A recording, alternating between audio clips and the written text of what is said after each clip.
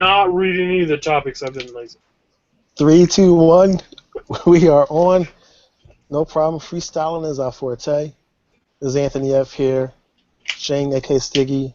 Mobile Tech Fanatics. Episode 5. Put your phone on buzz. Enjoy the talk show. We're about to talk to you about. We have it set up so that you can comment if you like. If you like, you can just jump in also too. We would love to hear your questions and/or your witty comments. So, I'm sorry. Hey, Shane. Howdy, howdy, howdy. All right. So jumping into it quickly, the first one is per. I didn't put the credits. Okay. Per Reddit, emails from Indian court docs show Cyanogen/OnePlus relationship ended poorly. Title is emotional. I'm gonna say affected. The reason why we're still talking about this though, because this is a very valid issue. This is something that's happening, they're trying to do that's never been done before. So we know that Samsung has their own version of Android, kind of heavily modded Android. We know that Amazon has an incredible. I wouldn't say modded. I'd say skinned. Skin, yes. But in contrast with that, Amazon has a heavily modded version of Android. So we know that it can be done. Cyanogen Incorporated has I don't know what to call it, an original version of Android that they put tweaks and customizations into. But they're actually trying to make money off of this customized version of Android. This is the first company that's trying to do this independently on their own, and you're going to have some rough bumps, according to the information that keeps popping up,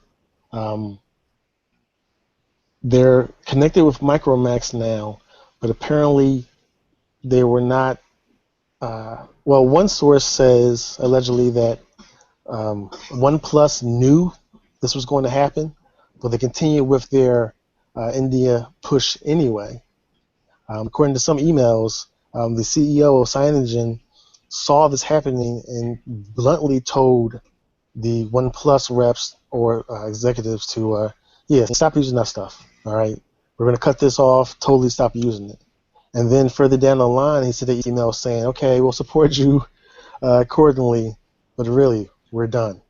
How this is going to affect Micromax, we don't know.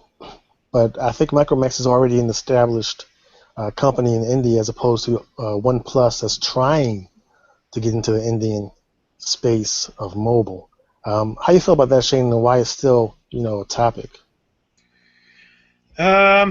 Well, it seems to me like here in the United States, I don't know that people have a big deal to worry, but for you people in India, I truly am sorry to hear that this whole 1+1 thing has kind of gone south, and I can imagine this being a problem in the future for other companies that might want to invest in the Indian market, because they look at what success could have came and what success didn't come because companies couldn't get on the same page. And I really think it's all because somebody was confused about what exactly was supposed to happen, and I don't know that we can blame either side.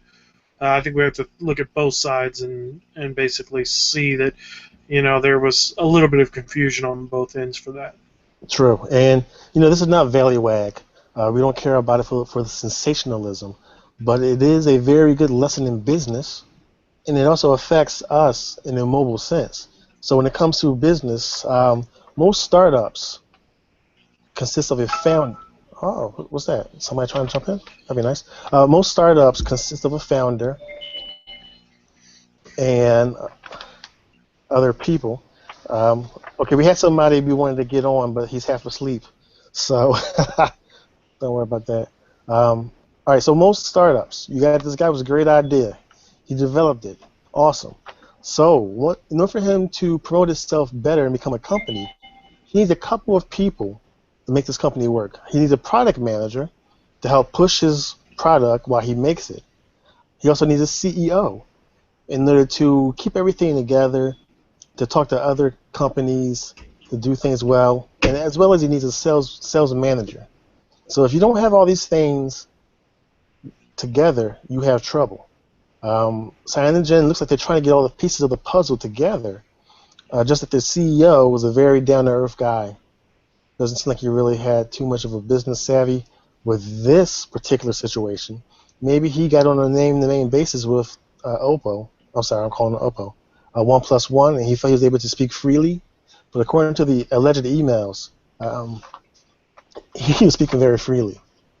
So, well, and this is kind of Cyanogen's first kind of run at this yeah, too. So this is a test. If you look at it, this is like a first trial business run. They were not a business. They were an open community, and we've talked about this before. They do really good work, but they're not a business-minded group. It would be wonderful if they could get there, but right now they've got a lot of things they're going to have to learn first, and I think that's what this is all going down. They're going to have to learn, to first of all communicate a little bit better than what they have been on their different things, but then also they're going to need to learn how to cooperate with other companies a little bit more than they normally have, because used to it, they just built it for the devices they wanted to essentially, or they had available to them. And now that they've got to push these things out, a company like OnePlus One expects updates pretty regularly. When Lollipop comes out, they expect to be one of the first people to get a hold of Lollipop, just because they need to push it out to their customers, because that's what everybody wants. right. So on the customer side, there's two things that's being affected.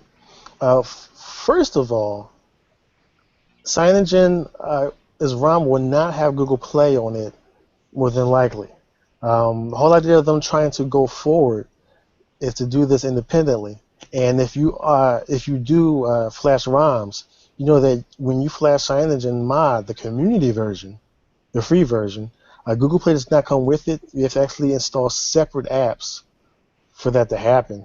Actually, I'm lying. You actually have to flash separate apps, so it's not an easy process. So I imagine with the Cyanogen Incorporated, because they are doing what they're doing, they are not approved by Google and probably will not have a Google Play Store. So in the long run, it doesn't help. Now, as far as I know, perhaps the phones in India, except for the official Motorola phones, they might not have a Google Play Store, so it might not affect them in that way. But for a user that wants to have Google Play Store and compliant things, Cyanogen Mod or Cyanogen probably wouldn't be the way to go to begin with. The other half of that problem with the user, with the customers, is that they're confused. Now Cyanogen is split into two things. Cyanogen Mod community still exists, and they're still updating that. Then there's a Cyanogen Incorporated, which supposedly have goodies and tweaks. I'm assuming that you would pay for, like a freemium kind of thing. I have not seen personally anything premium in Cyanogen that would be different from the community. I would have to dig more, and we'll probably talk about it later if I come across any of that. I actually might ask my Cyanogen contact as to what is their roadmap for profitability. You're offering a third-party manufacturer a clean version of Android. Great.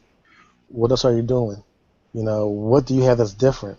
And they are trying to do that. They have services where you can back up all of your settings that you're using CyanogenMod with a tool. That's cool. That's in the right direction. But what else are you offering that you can actually monetize? That's a question for them, and a question that will affect us in the future. Do you have anything else to say about that subject? Just one more, and I keep going back to the fact that it is, this is a brand new venture for CyanogenMod. I expect the next product that they get their software on will most likely be in a foreign market. Because over there they don't use Google Play like we do. A lot of other countries use things like Slide Me and other market apps because they can't get phones. They have all these. I mean, we've talked about this before. In a foreign country, if you build a phone and you put it in the market and it's got Android or whatever, it will sell. These phones are selling. It doesn't matter what you're doing in these uh, you know, in these other countries. Um, so I can see that those countries can't get approval for the App Store because it's something that I'm sure takes a lot of money, first of all, to do, and then it also takes certain um, hardware requirements, software requirements, and different things to get the App Store on the phone. So I would imagine that they will eventually either come up with their own App Store or they're going to get with someone like Slide Me or one of those other, I can't even think of the other ones. There's a ton of them out there. Aptoid. Aptoid that will offer or GetJar or something like that that will have apps available that people can get because I think that's one of the main things that is missing. But they either that or they're going to have to spend the money to become part of the Google Play stuff, which could happen down the road, but I don't see it happening very soon. With the problems that we're seeing going on with the Cyanogen mod, again, they're learning to become a business. They're going to have to learn all this. And if you've ever talked with any of the Cyanogen team, they are not business people. They are community people. They are there for people. They care about when you flash a ROM, they're there to help you with that. I've always had good luck getting questions answered either through their forums or direct emails, that type of thing, and it's always been a great experience. So I imagine once they learn how a business can operate and how they have to operate in order to make this work, things will get better. But I feel like we're kind of judging this a little early. I think we need to sit back and kind of watch. Because I can imagine Samsung did some of the same stuff when they were a baby company this small. So I think we kind of, because they do such a great job in the community, we expect them to automatically be like Samsung or Verizon or AT&T, one of these big companies that can produce all this stuff, and they probably just can't. Yeah, yeah. And I do remember, now thinking about it, when the first Cyanogen mod version of the phone, I forget what company it was. I don't know if it was OnePlus. It might have been before them. Was it Opal that first had Cyanogen shipped with it? I believe so. Yeah. So I got an email from a PR department that was promoting that and wanted me to talk about it. So they need that also. I think right now they have no PR. That's what they need to tell the people what's going on as to whether it's true or not true. They need public relations right now to smooth this over, and there's silence. There's nobody saying anything right now. So they need a product manager. You need a developer or architect, product manager, sales team, public relations team, and a CEO. And that public relations is probably one of the bigger things they need, because right now this is all, if you aren't like we are, where like Anthony's got connects into this company, he's got people he can talk to and find this information. If you don't have those connections, you're in the dark. You've got no idea what's going on. You're relying on us, third party, to relay these messages to you, and some that can get lost in translation. I apologize, that happens sometimes. yeah. So we may say something that we've heard, but that's not coming straight from the horse's mouth. That's coming from someone that we talk to that's in the company, but, not always are they so eager to answer questions, and sometimes they don't know, and they'll give us an answer to please us, and, it's not that that's bad or anything. They just need someone out there to take care of that public relations part, because I think that's one of the places where they could really benefit with someone who has good training on that. It needs to be someone very well trained. It needs to be someone that's been in the business a while that would give them that boost up, because that's one of the biggest deals is keeping your customers happy.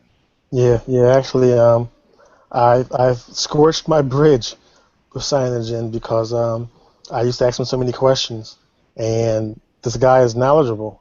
But he sometimes is annoyed by me. But he still answers. He's a real nice guy. But he could possibly could be overwhelmed. He needs a team. Um, I haven't even given his name just because, of how well he's helped me.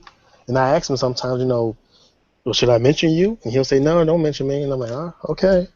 But yeah, he needs a team.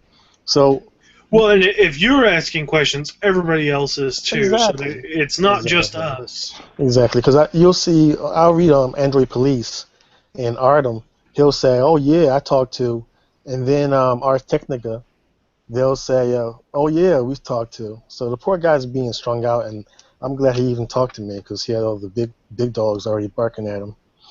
Moving on, Janko Rodkers from GigaOM.com. Social TV service TV Tag, previously known as GetGlue, to shut down end of 2014. End of 2014? That's a couple of weeks. Wow. Let me give an intro as to GetGlue. It used to be called GetGlue. Basically, it was like a third screen without the screen. If you're watching a couple of TV shows that you like, you get to say on GetGlue, hey, I'm watching this show, I love it. It was like a social network for people that watch certain TV shows. I didn't get it because it was another social network for another social network for TV. If I'm watching the TV, I'm not really apt to talk about it at the same time because I'm concentrating on what I'm watching. But some people, they can use both sides of their brains, and they love GetGlue. Yeah, GetGlue is what it's called. Yes. Now it's called TV Tag. Now it'll be called nothing by the end of the month. How do you think about that, Shane? Why do you think these kind of networks don't last? Well, I don't know. I didn't know this existed, and I didn't know. This actually kind of sounds interesting. Something I would give a try. The problem is, like you, when I'm watching TV, I'm concentrating. So it's not that I wouldn't want to talk about it. I would just get so wrapped up in the storyline that I'd forget to use the app, and it would just become one of those apps that sits there, and I think about it every now and again. Oh yeah, I should use that. I'll go to use it, and I'll use it for a few days, and I'll forget. And I think that's the major problem. And I've noticed another big problem is Twitter has kind of taken over this little area. Mm-hmm. A lot of shows say, "Oh yeah, watch us live and talk on Twitter with other fans and with cast members or whatever." And you can follow the cast members of your TV show you're watching and actually live chat, and sometimes they'll chat back with you. So I think that might be a bigger demise than anything. Is Twitter's kind of filled that area. And it's a well-known product that big companies that are on TV will say, "Hey, yeah, check us out on Twitter. We're live on Twitter. We'll chat with you or whatever." And people go, "Well, I've got a Twitter account," and they'll go do it. Here, I didn't know about GetGlue, so I would first have to download this new and strange app that I've never heard of. So there was no infrastructure for this particular app, even though it's a cool idea. I think it's just Twitter's kind of taken over. Yeah, I agree with that. Not really much to say except for it's bad that it's closing abruptly. End of 2014. That's a couple of weeks. But now on the technology, no, on the security side, we do touch on security because my major was network security. I still use it at work and for my business. So I don't touch on every security breach because that happens quite often. But this was interesting because it says that Staples provides details on the September breach.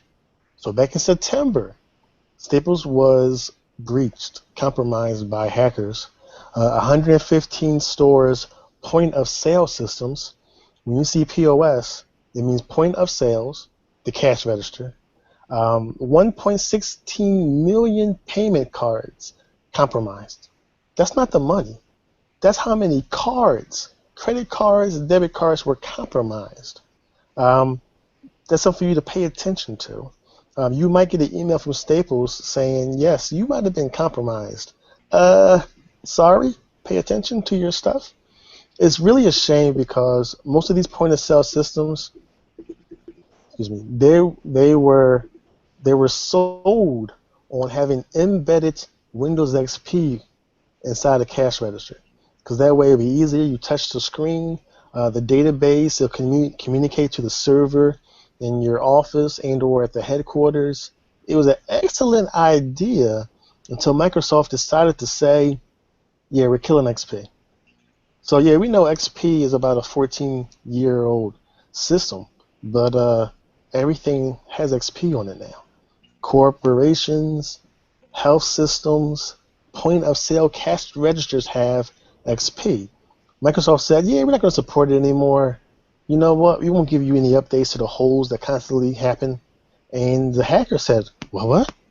They woke up and they started looking for patches that were needed to be done, and automatically knowing that cash registers do not patch. You have to manually update a cash register with the latest embedded patches. If there is even patches for the embedded version of Windows XP, is so stripped down that you might not even have space for patches. And the hackers figured that out. In me trying to figure out how this happened, I know I get emails every once in a while from companies saying this needs to be updated, that needs to be updated.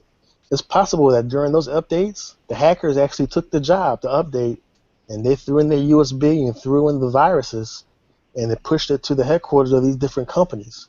I just find it really, amazing. How can you hack, these point of sales? You have to be there physically to do that, and it's happening. And it's because of a lack of changing with the times quick enough. And then it's a lack of the software company, I think I already mentioned the name, just blatantly leaving people out in the, hanging out to dry, How do you feel about that? Shane? Yeah, sorry, you said the last part. So, uh, we've talked about so much about breaching and security, and anymore, I kind of scoff at everything.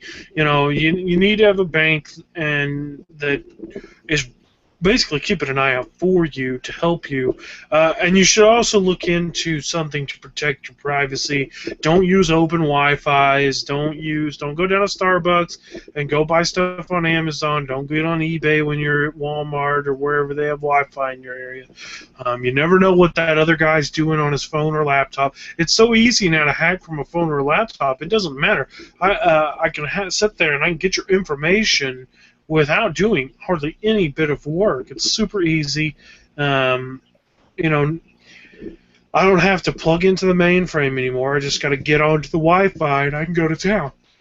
So you just got to be a little bit more self-conscious about all this stuff. And then, like I said, you need to make sure that your bank is helping you out, because it's hard to keep an eye on. And then check your statements every month. If you think there's something fishy going on, call the bank a couple of times a week and say, hey, I need a copy of my statement, and they'll give it to you. If you're really worried, they'll understand. All you've got to say is, I think I've been hacked, and they will print it out for you every time. Now, that's probably not a long-term solution, but in all, you just need to be a little bit more self-conscious. Maybe some things that people are doing, is preloading those visas. Take cash in, they buy a preloaded visa. That's a pain, but it's a little bit, that would help. Like, so you go and you buy a preloaded visa at Walmart, and the cool thing about that is you can buy 3 or 4 of them. You can write on the back of it, Target, Walmart, and that way, if that particular card gets hacked, it's not one that's been on every place, so you can track it. So when Target says, hey, we think you've been hacked, you just shred that preloaded card up and get you a new one. Or you go to the ATM, cash out the money or whatever, and you get rid of that card, and then you're not out of cards, because that's happened to me. I've been hit twice in the past 2 months.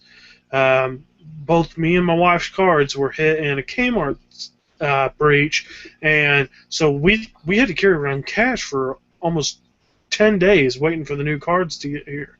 So it could be a pretty pain a pretty painful process of getting your card or whatever, unless you have a way to quick get cash or you can write checks, but not a lot of places do that. So I think we should just be a little bit more conscious about how we spend our money, where we spend our money, and then for sure don't be getting on open Wi-Fi like at Starbucks and McDonald's and those types of places and ordering stuff through eBay and Facebook or not Facebook but Amazon and those types of places, because that's, if you've ever watched a channel called Hack 5, they show you just how easy it is to get information through Wi-Fi. It's scary. It'll make you never use. In fact, I never use Wi-Fi in a public place. And if I do, it's because I don't have good signal in that area. And then I sure don't do any personal stuff on there. I don't even open my Amazon app. I don't open the banking app. I don't do any of that stuff online that is linked to my credit card or debit card or whatever. I don't do any of that through an open Wi-Fi source because it can take one time of that and someone can have all the information. Yes, it's very true, and it's very scary. There are actually apps out there for Android that will allow you to do that. It's called Man in the Middle. Say you're a bad guy sitting there in the same store as you, and I don't want to give a name, but in a cafe with free Wi-Fi. So he could pop open his Droid Sniff, his Droid Sheep, any of those things that actually perform a man-in-the-middle MTE process, and he could sniff and pull cookies and information, credit card information, from people that are going to websites that are not safe, not secure, that does not have the HTTPS, the S on the end. There's even a course called App Security to make sure that you harden and secure your apps, to make sure that they are encrypted and sending encrypted information carefully. Because if not, you can, even with apps, still leave your information out there to open. Now, there's apps out there that protects you. Anything, if you look up on Android, ARP, A-R-P, Guard, as that subject, there are at least 2 apps out there, Droid Sheep Guard and another app that I use, I forget the name, that actually lets you know when there's a man-in-the-middle operation happening, when somebody's trying to hijack your information. But as Shane said, to play it safe, just don't connect on free Wi-Fi. It's just not safe. Now, moving on to the next one, Josh Constein from TechCrunch.com. He writes that Facebook Messenger gets performance improvements, message sending sent delivered read receipts. Now, Shane, do you use Facebook Messenger? No. And the reason for that, I'm not a big fan of Facebook. I don't use Facebook very often. The only reason I have Facebook is because there are friends from school that, occasionally it's nice to check up on, see how they're doing, or family members that are, way that I don't get to see often. But we don't do a lot of messaging on there. If I want to talk to him, I'll pick up the phone and call or whatever. The other reason I don't use Facebook Messenger anymore is it wants so many, like when you install it, it asks for so many permissions that don't seem relatable to like it wants a list of all your contacts and it wants all this stuff that I don't personally want to give it. And then the third reason is my wife installed it on her HTC M8 and it caused battery drain.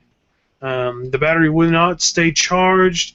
It took a while to charge. We did a factory reset. We installed everything back on there. Or no, excuse me. We didn't install everything back. We installed one thing at a time. And when she installed Facebook Messenger, sure enough, the battery started dropping just immediately. Something about it drains the battery. So I don't use it. I'm not a huge fan. It's one of those ploys by Facebook to get you to, well, basically they want more screen on your phone. They want more screen real estate. And the easiest way to do that, Amazon does the same thing, is to put out multiple apps. So here you got Facebook, got Facebook Messenger, those types of things. They want your phone to have more Facebook stuff than anything else. Same with Amazon. They've got Amazon, the shopping app, Amazon Music, Amazon the Amazon app for apps, and then Amazon streaming video. So this is a way to get real estate for your phone, so that essentially they want to be able to, when you're on your phone, they have control over your phone, basically. Yes, sorry for the distraction. I agree. Speaking of, I was trying to find my daily driver. Crazy enough is in the chair drawer deep down, because right now I'm testing the Galaxy Note 4, so I haven't used my regular Galaxy Note 2. But I actually have two professionals that I use Facebook Messenger for, and only for them. I don't even use Facebook Messenger for my wife. She's on Google. It's safe there. But for a developer I work with in Germany, Google did not work well. For some reason, Hangouts was not working well for him. So we started talking more on Facebook Messenger when it comes to business. And also for a contact I have in Miami, business-wise, he used to send me actual files because we were testing out website URL shorteners. He was actually able to send me files for me to add to my website to shorten URLs. And he wasn't able to do that with Google Hangouts at that time. I don't think you can even do it now. But with Facebook, the web page version of Messenger, you can actually send files to people. And Facebook has won with that. Their latest update actually is talking about a protocol called XMPP. With the able to see people typing, able to see that they received your message. Those are called presence protocols, and it's basically XMPP, which is a very old protocol. All the IMs, the MSN that's dying, Yahoo that they probably gonna cut off soon. All those IMs use that same protocol, but they're starting to use it again now because it's really convenient, because it lets you see whether your message went to the people. So that's cool. I like saying the opposite of you, Shane. it has a good conversation. But in this case, I just have a different experience. I only use Facebook Messenger for those two people. And because it's business, I have to use it. Matter of fact, he sent me a request via Facebook Messenger at like 3 in the morning because he's in Germany, and I have not gotten to it. He wants me to test out a new app he's doing. I will test out the app, Mario, if you hear me. I'm working on it. Now my stuff's going to come out. But the next message, or next point, is from Vindu Goul for the New York Times. Instagram purges spam bots. Popular accounts lose millions of followers, with the company losing the most at 18.9 million. Those are followers, or bots. So Instagram is growing on me. I'm using it quite a lot now. I'm using it actually to read up on news as to whether people in my community or people across the world. And a lot of the people that I follow, they're asking Instagram, please don't delete them. They're not getting it. If you are asking, don't delete me, you won't get deleted because you're not a robot. Now, when we say a robot or a bot is something that was programmed to put out pictures and topics on Instagram without any human interaction. To follow, yeah. So say you're a company that wants Instagram followers and you don't have patience to get this naturally. You don't have a team, social networking team. What you do is you'll do it the shady way. You'll hire somebody that makes a bot that has already 100,000 bots on Instagram, pay them $200-300, and what they'll do is they'll have all their robots or their fake accounts follow you for a certain amount of money. Twitter for a while had that issue. I think they cleaned up some of that. It's kind of hard to stop it because Python is a strong code. So there's probably a lot of bots still on Twitter. But these Instagram bots, I haven't come across any spam bots, but apparently there are a lot. So folks, if you're on Instagram, don't ask IG not to delete you because that means you're real. For all the followers that create Instagram accounts of other people, share their photos. Instagram is not worried about you. Okay, if you're a 21 follower and you post things about Sandra Park all the time, they're not worried about you because you're human. They're worried about spam bots that are programmed to spam people's their timelines, and basically to help other companies make money to boast as to how many followers they have, even though those are inflated numbers, they're not real. How you feel about that, Shane? Unlike you, and not to be on the opposite side of this, but I don't use Instagram often or at all, really. I've tried to. I'm terrible at social networking. For some reason, I am just a Google Plus person. I find that easy. I can jump on there. But what I think about this is they did this at a great loss to themselves. Yeah. They did this because they wanted to make their site better, but they initially they've lost money essentially, and that's not something that anybody wants to do, is to lose money. But I think that shows great character in Instagram, that they are willing to risk this money being lost in order to make something a little bit better, which says, hey, we don't really care about the money, we care about the user experience. And to me, that sounds like a much better deal. If I can have user experience overall, that's what we're wanting as customers, or I don't know if we're customers or what we're considered to Instagram. Users, customers. Users, customers, patrons, whatever you want to call them. As we use this, they want the experience to be that much better, and so I'm glad they did this. This kind of shows them, hey, we're not about the money, we're about the user experience. We want to make this a better place because we care about what people are doing here, and we don't want it to get overrun with spam and just be a place where every time you sign up, 50,000 spam bots follow you and just blow your timeline up with Viagra ads or something. So I'm kind of glad to see this. This seems like a pretty awesome step in a direction. I don't know that I've ever heard of Instagram having any issues per se, but this sounds like it'll make the app much better. Yeah. Now, speaking of making the app much better, Casey Newton from The Verge, she speaks about how Secret is relaunching as a faster, anonymous social network of chat. Talk to any Secret's 15 million users in just 2 taps. When Secret launched on February, it quickly became the most talked about new social network in Silicon Valley. I am confused because I have tried Secret, and I was able to read anonymous people on their confessions. Nothing too crazy.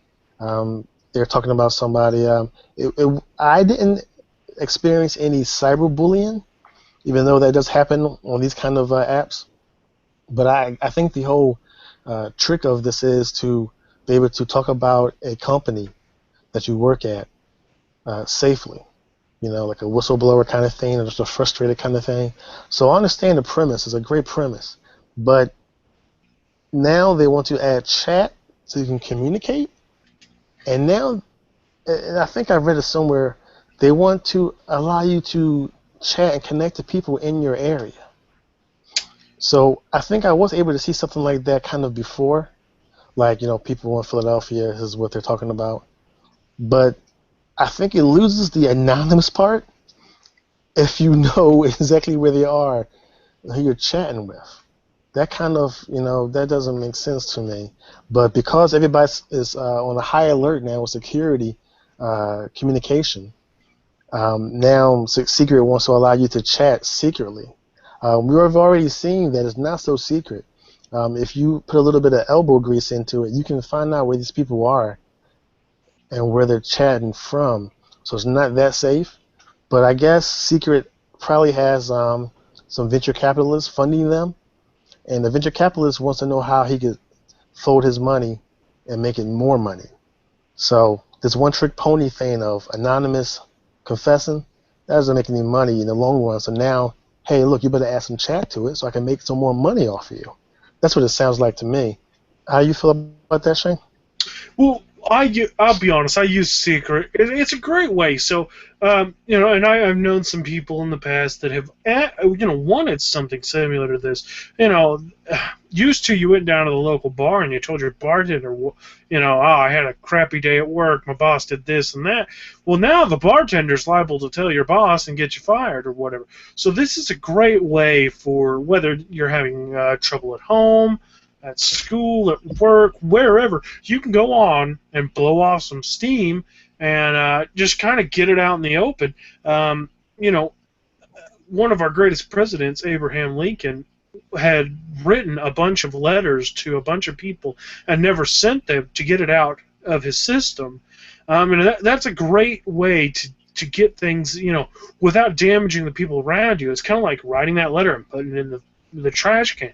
You don't send it, but you write it out and you get those feelings out there. That's what's great about about secrets, is you can go out there and you can say whatever you want to, and in 10 minutes you don't have to regret saying it because you didn't say it to anybody that's going to know, or I don't want to say not that doesn't care, but they're not going to judge you down the road because you said this. It's so much better than when you've had a bad day at work and you had a bad day at home and you get on the bus or whatever, and someone trips over you and you just go nuts on them.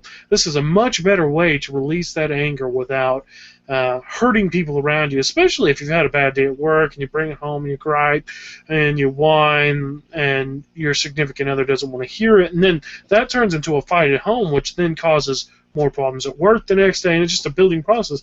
This, to me, seems like a great way to get it out. Now, the messaging, other than the fact that it's in your area, I would like to see I would like to be able to turn that part off. Say, I just want to chat completely anonymous. And however anonymous it really truly is, for most people it's going to be anonymous enough. But it would be nice to be able, if someone else is having trouble at work, you can get together and talk about it. It's great to be able to talk to people and say, oh, yeah, I had a crappy day at work. And they say, oh, me too.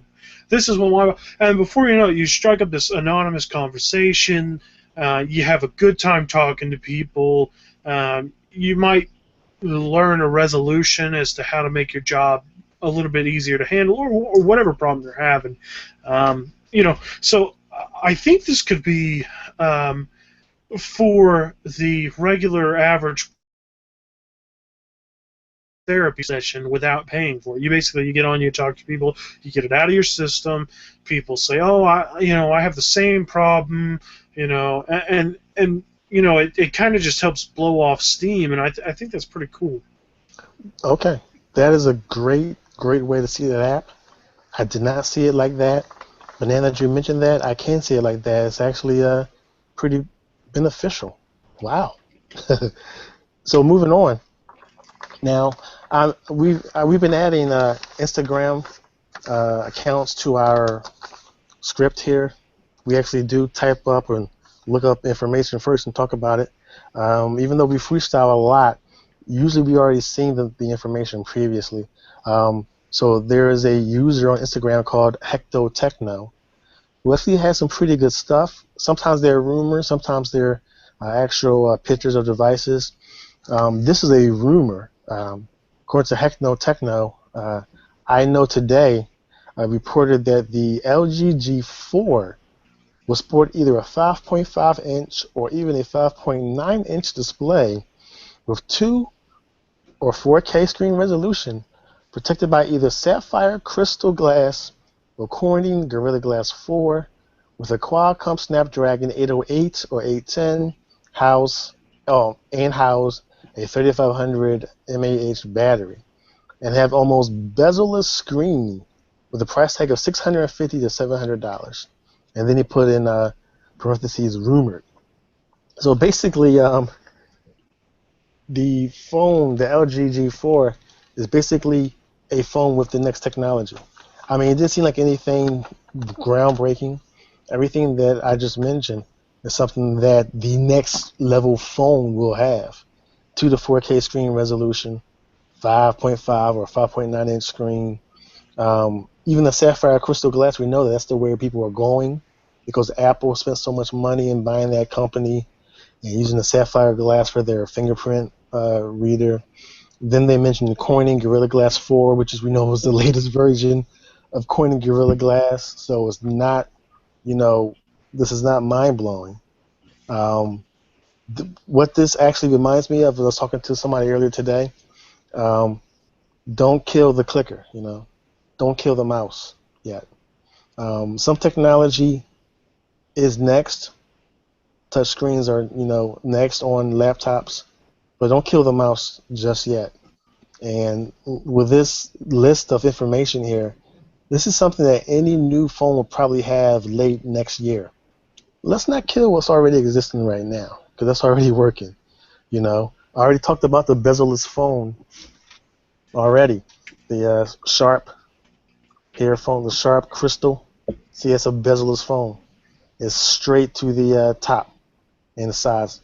No frame around it. No plastic. So, yeah, that's going to happen. So it's not a surprise. But how do you feel about that, Shane? The most interesting thing you mentioned was the 4K display. Mm-hmm. Was that correct? You said display? Yeah. That's pretty interesting. What it does, though, for those of us who are content creators, is now we've got to go buy a 4K camera. Because now everybody's going to want 4K videos on YouTube, which you can upload 4K videos to YouTube. And and 4K cameras, don't get me wrong, they're not expensive to find. You can find a decent 4K, it's a decent camera with a 4K video capabilities for around $300 or $400. They're not that expensive, but yet here I am. I'm making full HD videos. Now I've got to go make 4K videos. Now, with that being said, the Note 4, and I'm sure many of the brand new devices of this past new onslaught of devices all have 4K video recording capabilities. You can shoot in 4K, so I guess the 4K screen was the next step up. That does seem interesting. I'm excited to see that. That sounds cool. 4K monitors right now are a little bit expensive, so I'm interested to see how a 4K screen, whatever size screen phones are these days, average 5.7 inch or 5.5 inch, whatever they are. I'm anxious to see how much that costs. If we're going to see an influx in phone prices. And while you're saying to yourself, well, I'm through contract, I don't pay for it. Well, no, you don't, but you're going to have to pay more a month if you want to trade in at the new, when it's time to trade up or whatever. So I'm a little interested to see what that 4K videos or 4K display is all about. If it's going to be true 4K, if it's going to be some kind of a digitally enhanced that creates it 4K-ish or something like that. Yeah. But I would like to see that at least. Yeah, that's going to be kind of incredible. I'm surprised. Everything else you talked about is just old stuff. No, we know it's coming. Yeah. Nothing special. Yeah, I'm surprised it didn't say 64-bit. Yeah, I mean, I'm excited about 64-bit. I don't know if anybody else is. Yeah. Yeah, but what doesn't match is the $650 to $700 price tag. I don't see that happening because with all you just mentioned, plus you're going to need memory to take care of all of this. You're going to need a CPU. Well, yeah, when you talk about a 4K display, you're talking about a lot more power that's going to have to be, and battery size is going to need to be better, or else it's going to die halfway through the day. When you're using a 4K display, that's a lot of power. Yeah, more RAM. So yeah, this is a rumor, and I'm sure this will make its rounds through the blogosphere. Our last scripted topic will be Reddit notes. Don't call it a currency. Per Engadget, Reddit is going to create a in-house currency. Oh, don't call it a currency. Some way to help you reward other people. They said that because they got a lot of funded money, they will send some of that money back to the users. So probably people like you and me won't get it because I do have a Reddit account. I do on occasion share on Reddit, but I'm not bringing in tons of conversation. I have not created Reddit subreddits. Those people will probably get this Reddit note, and even with that, for now, there's no way to transfer that to cash. It's just a circle that bounces around inside of Reddit.com itself, lets you donate to other people, lets you reward them. I think you can buy gifts, which also I think is virtual.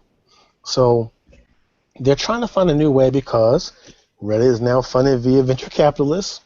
Once again, venture capitalists are saying, hey, how am I going to make some more money off of this money that I just gave you? You're a great place. I love you. I need money from you. So they said, hey, create that currency thing. That's in there, right? Bitcoin, all those fake kind of crazy digital coins, the dog coin, that's in there, right? Yeah, do that for Reddit so that we can make more money. And, I'm not saying that it's wrong, but whenever business enters into a community, sometimes things turn sour. How you feel about that, Shane? I don't use Reddit, so I don't know that I have any expertise on this. But as you said, I think for those who do use Reddit and are successful on Reddit, this will be great. I just don't see the regular population jumping on board with it. This is another thing. Do I trust my money with Reddit? Do I? We just talked about being conscious about what you use your money with. Don't use it on open Wi-Fi. Don't use it on places that don't have. If Square comes out and says, "Oh, we're back in Reddit, we're doing their payment processes," then I'm on board with it. But if it's Joe Blow in his basement with his little computer, I'm a little bit more skeptical. So I would just have to. I would need to do some more research on whether or not I would personally use it. At this point, no, without any further information. I would just need to know how they process these payments. Am I using PayPal? Can I use Google Wallet? Can I use Bitcoin? That type of thing. What can I use to make these payments possible? Right. Or is it just my credit card through their own system? Right. And I think that's why they're going to have it just as a internal notes thing for now, because I can see this happening, whereas Reddit is a lot of cause and effect. It's like a bird pecking a button and getting bird feed. Reddit, how do I say? They have a lot of subreddits where people post illegal things and talk about illegal things. So imagine users paying these people and thanking them for posting these illegal things. That will make the bird push the button more and do more illegal things to get more of these notes. I kind of worry about that cause and effect that might happen if they actually eventually turn it into cash or monetization of somehow, which is probably already know that, and that's why right now it's just an internal virtual commodity that does not exist on the outside of Reddit, as far as I know. I can see it turning into a bad way because there's a lot of subreddits with some crazy stuff, questionable stuff, and I don't think you want the people on those subreddits to, reward those questionable actions. So you have anything else that struck your mind? I've been gone, not doing any videos as of late, but I will be back. Okay. And I can't read that. Well, yeah, this is the shows that we try to do about a page worth of information each week. This is 8 topics. So we did last, and it actually hasn't even been, it's going to be an hour and a couple minutes. So, like Shane said, we're going to add more videos, and we're actually going to try to refine this weekly talk show. We're working on having an intro coming soon. We might actually work on commercials, not too many, as well as sponsors. That's something that will benefit us. Because it benefits us, we will return it so that it benefits you. Like, for instance, as we get more sponsors, we'll be able to travel more places. You'll be able to see bird's eye views of places like CES or any other tech shows. Uh, Big Android barbecue. oh yeah, the Android barbecue, things like that that we can't do right now because we're strapped with no money, not weapons. So once we get more sponsors, more commercials, once we refine this 4K video, things like that, it will benefit us and it will benefit you because you'll get even more content. All right. So if that's not anything else, we can sign off. Go Well, ahead, Shane. there is one thing that you forgot to mention, and I'm a little surprised. You released a new Panthers game Oh, that I may have accidentally talked about last week, oh yeah. and it wasn't quite ready. But tell us about this new Panthers. What is this? Is it like a Panthers series? What do we call this? All these games together as like like is it Panthers Quest all the way through, and Right. or what is all these Panthers games all together? Okay. So let me start from the beginning. Um, I do, I'm gonna say, know how to develop from Java. I have learned it, but I haven't mastered it yet. So what I have been doing, I've been using Game Salad templates. I'm gonna say it so that it'll be, it's documented. I have not been making these games from scratch. I've been using Game Salad templates to make games. I have been able to buy these templates and manipulate them to work for me with my designs and my music. I have changed the gameplay on some of them. Um, it appears that this is okay in the software game making business. I try not to make clones, just for conscious reasons. I don't want to step on somebody else's shoulders for a successful game that they already made. But I will buy and or use a template that I have not seen in the marketplaces, the App Store, the iOS App Store, Google Play, and I would use that gameplay and tweak that gameplay for something that I can use for my series of Panthers. So our family cat is named Panther, Panfur, and I've been using that poor cat to make games with. I started with Panther's Quest, then it's I don't know the name of my own games. Uh, Panthers Fall, Panther's Fall, yes, technically. Panthers Puzzle. Well, yes, not to be released soon. Um, Panther's Endless Fall is what it's called, and also Panther's Floats, which is kind of a cool game, Panther's Float, where you actually pop Panther like a balloon. You could tap them to make them stay afloat, or you could tap them and make them pop like a balloon, which is kind of fun. I'm learning more about the game development system. Eventually I will make games from scratch. They'll be even more original. But right now I'm learning about this language, this whole world of game development. And I'm going to tell you, I'm going to say it again. I'm using Game Salad right now, and I'm buying templates and I'm tearing them apart, making them work for me. So yes, my latest game is called Panther Floats. I'll put the link in there for my games as well as Shane's app. If you want to see all these videos on the go, thank you. I don't think they can see it though. You gotta talk so they can see it. There you go. Yeah, there we go. Yeah. So this is Panthers Floats, and I'm not. For some reason, my phone has been acting up today. But it's a really fun game. I'm planning on doing a video review of this. Like I said, I haven't been making videos this week. I've been out. My wife finally had her baby, and so with that comes a lot of extra responsibilities. So I wasn't making any videos, but I plan this next week. Even though it's holidays, I'll probably make a few videos. I've actually recorded a few. I just haven't edited. So I'm going to be doing that. But that's going to be one of the games that I'm going to be doing a review of. You guys should definitely pick that up. It's I don't want to say it's better than the other ones, but it's interesting. It's different. I like it. I really enjoy playing that game a lot because it's one of those games. It's like a quick game. You can jump in, you can play it real fast when you're standing in line. You don't have to save it or anything. And that's a lot of the Pampers games are that way. But this one especially, just jump in and pop, pop, pop, pop, pop. And it's fun. Little kids love to tap that screen and press the pop and make the, make it bounce or whatever. So. That's cool. I appreciate that, Shane. So all these things that we're doing is we're trying to do this so that we can turn the money back in to make it better for you. So we'll have more game reviews of other games besides mine, and, and we will have more app reviews, and we'll also have more things at the end. We'll make it so that you can click on the link on the YouTube.